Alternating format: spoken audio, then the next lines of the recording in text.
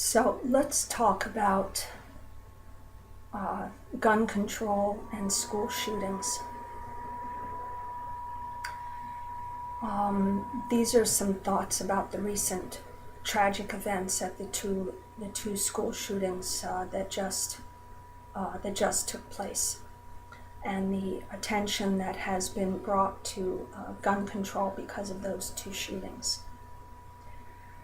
So, for a moment about gun control. There are obviously different opinions about what are common sense gun control measures, background checks, certain type of weapons allowed, certain types of weapons not allowed.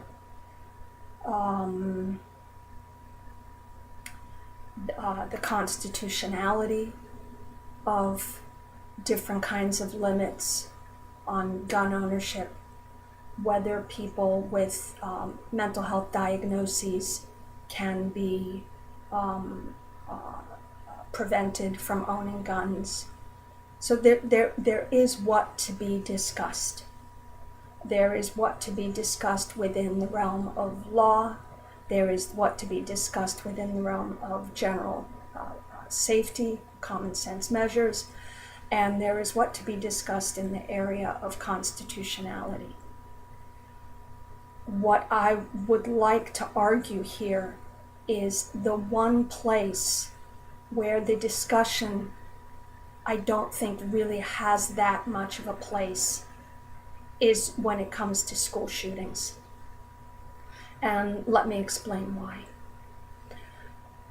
Generally speaking, school shootings take place either with someone, a student, for example, getting a hold of a gun that was obtained legally, perhaps by their parent, perhaps by someone else, or a gun that perhaps was obtained illegally. And particularly, when you talk about let's not get into the larger issue of gun violence and illegal weapons, but when it comes to school shootings, so laws restricting the ownership of guns in the larger society would not affect, if someone obtained a gun illegally and used it to commit violence in a school, no amount of laws are going to prevent that.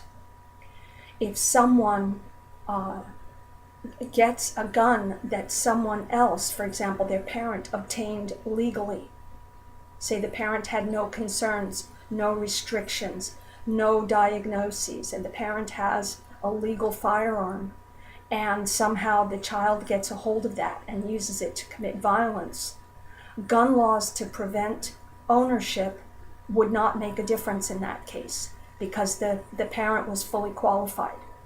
Should the parent have kept the gun under lock and key? Oh, absolutely. Should the parent be aware of the mental health of their child? Absolutely, but parents are not always aware.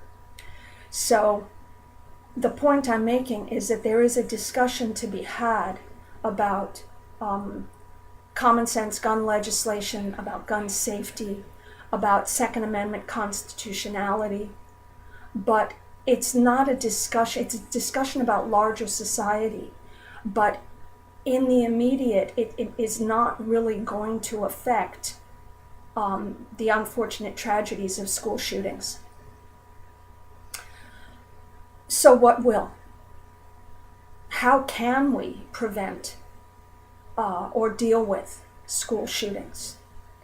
And by the way, let me say one other thing, that even if someone would say that passing some sort of gun legislation that affects larger society will have an impact on school shootings, to me that doesn't seem quite logical because there are thousands upon thousands of firearms already in circulation. So any legislation might affect the future purchase, distribution, sale, of firearms or manufacture, but practically speaking, as a matter of practical effect, it's not going to have any impact on the thousands upon thousands of guns already in circulation, illegal or legal. So again, there's a larger societal discussion to be had, and hopefully within the realm of common sense, and hopefully also within the realm of constitutionality. But it's not going to affect, certainly not in the immediate, it is not going to affect the tragedy of school shootings. So what can? So what I'd like to argue is that the way to approach preventing school shootings is in the exact opposite direction. In other words, where discussions of gun control, gun legislation, etc., are broad and would affect the larger society, actual prevention, I think, is most effective when it is 100% closest to, or if you want to call it closest to the ground, closest to the occurrence, closest to the place, closest to the time. Okay? So let's talk about what I would call informally close to the ground measures are, or another way to call it would be granular measures. And these measures are not going to satisfy anybody who wants to have a larger political discussion about gun control. Okay? But I will argue that they are actually the measures that will save lives of students. So what are they? And this is a list that can be enlarged upon, tweaked, etc., etc. First is have only one entrance in a school. That to me is basic. You can have a lot of exits with fire doors, but those exits should be exits only, not entrances. There should be one entrance. That entrance should be guarded. That entrance should have metal detectors. And people should be aware of who is going in and out of that entrance at all times. That's one thing.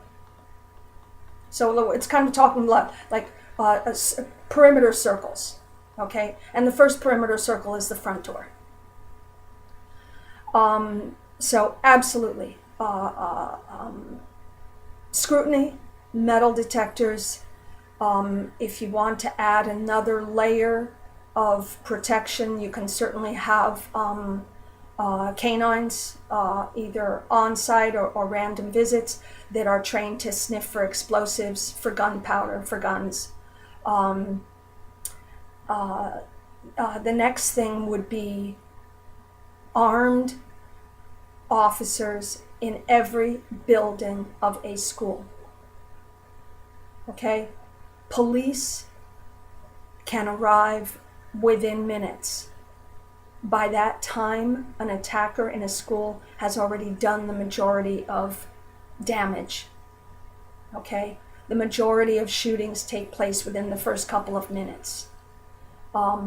There is not time for police to prevent those deaths, God forbid, even if they are able to respond within 5 minutes. 5 minutes is 5 minutes of someone shooting others. So every school building should have an armed resource officer. Okay? Not every school building. Now, if a school cannot furnish an armed resource officer there at all times, then that school should be willing to arm their staff. What does this mean? It doesn't mean arm all the staff. It means screen, train, and allow those staff that are qualified to bear arms. Do the students have to know which staff it is that are armed? No, they do not. There may be staff that already have weapons permits. There may be staff who have military background, who have law enforcement background. who can pass rigorous screening, who can go through training. It is still, all of that costs money, but it is, for some schools, cheaper and more feasible than having a full-time salaried armed guard. And someone armed in the school can be anybody from the school janitor, maybe someone who can pass a rigorous screening, maybe has law enforcement background, maybe has Army background, maybe has a concealed carry permit already, can pass the screening, can pass the training. It can be the cafeteria worker, it can be the teacher. It doesn't matter. What it needs to be is someone who is qualified, trained, can pass a screening, can go through regular updates, etc.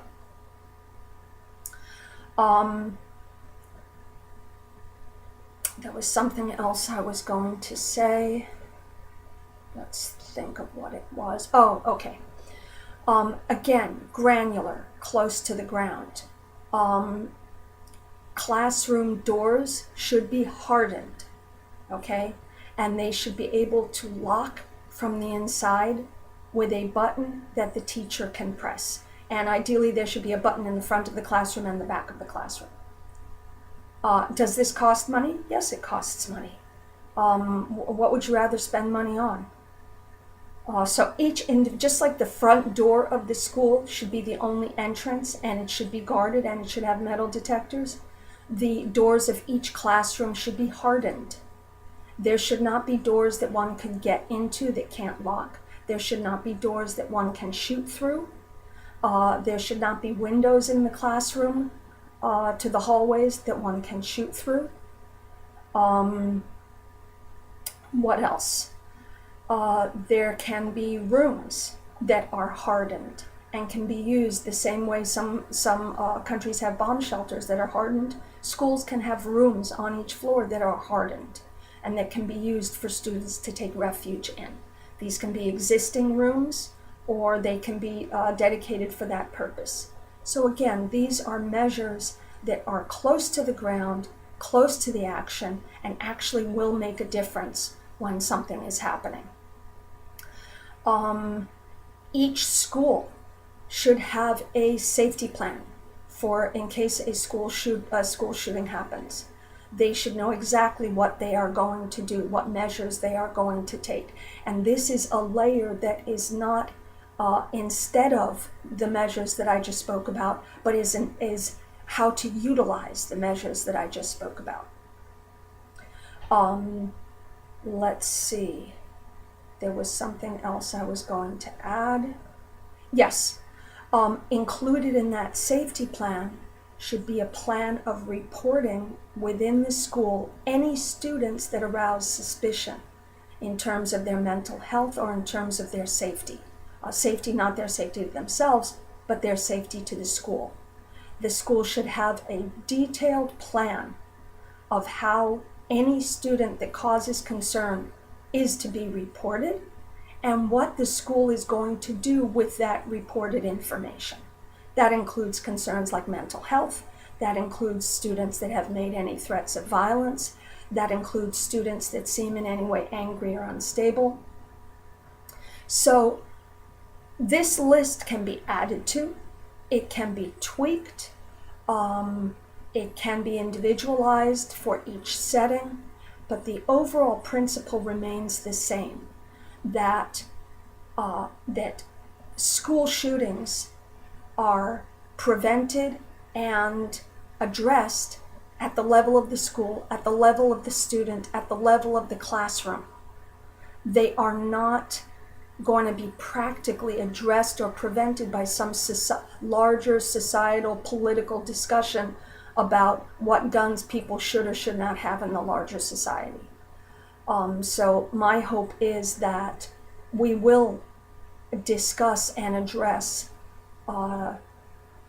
school shootings, but do it in a way where we're talking about immediate, close to the ground, effective measures that will actually prevent the deaths of students, even if they don't give people the satisfaction of arguing back and forth about political issues. And I hope that we don't ever have to use any of those measures, but absolutely better to be prepared. Thanks, and definitely leave your comments below.